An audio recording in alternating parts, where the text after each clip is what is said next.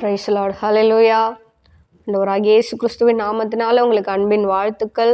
இந்த நாளில கூட ஆண்டவர் நம்மோடு கூட பேசுகிற வார்த்தை என்னன்னா பாருங்க, ரோமர் 5ஆம் அதிகாரம் 5வது வசனத்துல ஒரு வசனத்தை நம்ம வாசிக்கிறோம். அதனுடைய பிற்பகுதியை பாருங்க. அந்த நம்பிக்கை நம்மை வெட்கப்படுத்தாது. பாருங்க, இயேசு கிறிஸ்துவை நம்பினவங்க யாரும் என்ன பண்ண முடியாது, வெட்கப்பட்டு போகவே முடியாது. ஒருவேளை ஆண்டவர் உங்களுக்கு ஒரு வாக்குத்தத்தம் கொடுத்துருக்கலாம். அந்த வாக்குத்தத்தத்தை நம்பி நீங்க வந்து கொண்டு இருக்கலாம். அது நீங்க நம்பி வந்து கொண்டு இருக்கும் போதே உங்களுடைய வாழ்க்கையில என்ன ஆகும், நிறைய கேள்விகள், நிறைய குழப்பங்கள், உங்களை சுத்தி அவமானமான காரியங்கள் நடந்து கொண்டு இருக்கலாம்.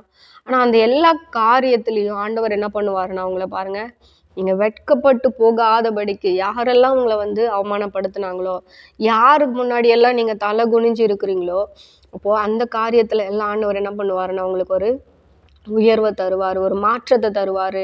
நீங்கள் காத்திருக்கிற காரியத்தில் நீங்கள் என்ன பண்ண மாட்டீங்க, வெட்கப்பட்டு போக மாட்டீங்கன்னு கர்த்தர் சொல்கிறார்.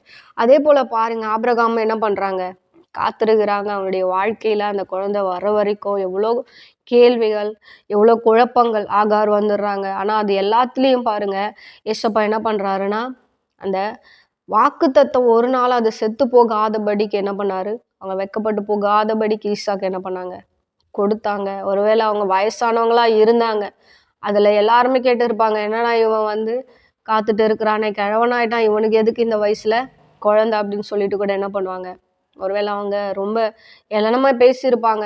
அவங்களுக்கே ரொம்ப சில்லியா இருந்திருக்கும். ஆனா கூட பாருங்களேன், ஆண்டவர் கொடுத்த வாக்குத்தத்தத்தை நிறைவேற்ற வல்லவர் என்று சொல்லி அவங்க என்ன பண்ணாங்க, இன்னும் விசுவாசத்துல பலப்பட்டாங்களாம். ஹல்லேலூயா. இன்னைக்கு நம்மளும் கூட ஒரு முழு நிச்சயத்தோடு கூட ஆண்டவர் கண்டிப்பா சொன்னா அவர் செய்வார், அதை செய்யாம அவர் இருக்கவே மாட்டார் என்று சொல்லி நம்ம ஒரு பெரிய விசுவாசத்தோடு கூட இருப்போம்னா, அப்பதான் நமக்கு இந்த வாக்குத்தத்தை நிறைவேற என்னன்னா பாருங்க, அந்த நம்பிக்கை நம்மை ஒரு நாளும் வெட்கப்படுத்தாது.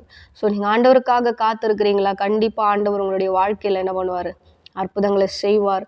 நிச்சயமாக நீங்க வெட்கப்பட்டு போகவே மாட்டீங்க. ஆண்டவர் உங்களை கைவிடவே மாட்டாருன்னு சொல்லி இன்னைக்கு நான் உங்களை பிளஸ் பண்றேன். God bless you. கர்த்தர் உங்களை ஆசீர்வதிப்பாராக. ஆமென்.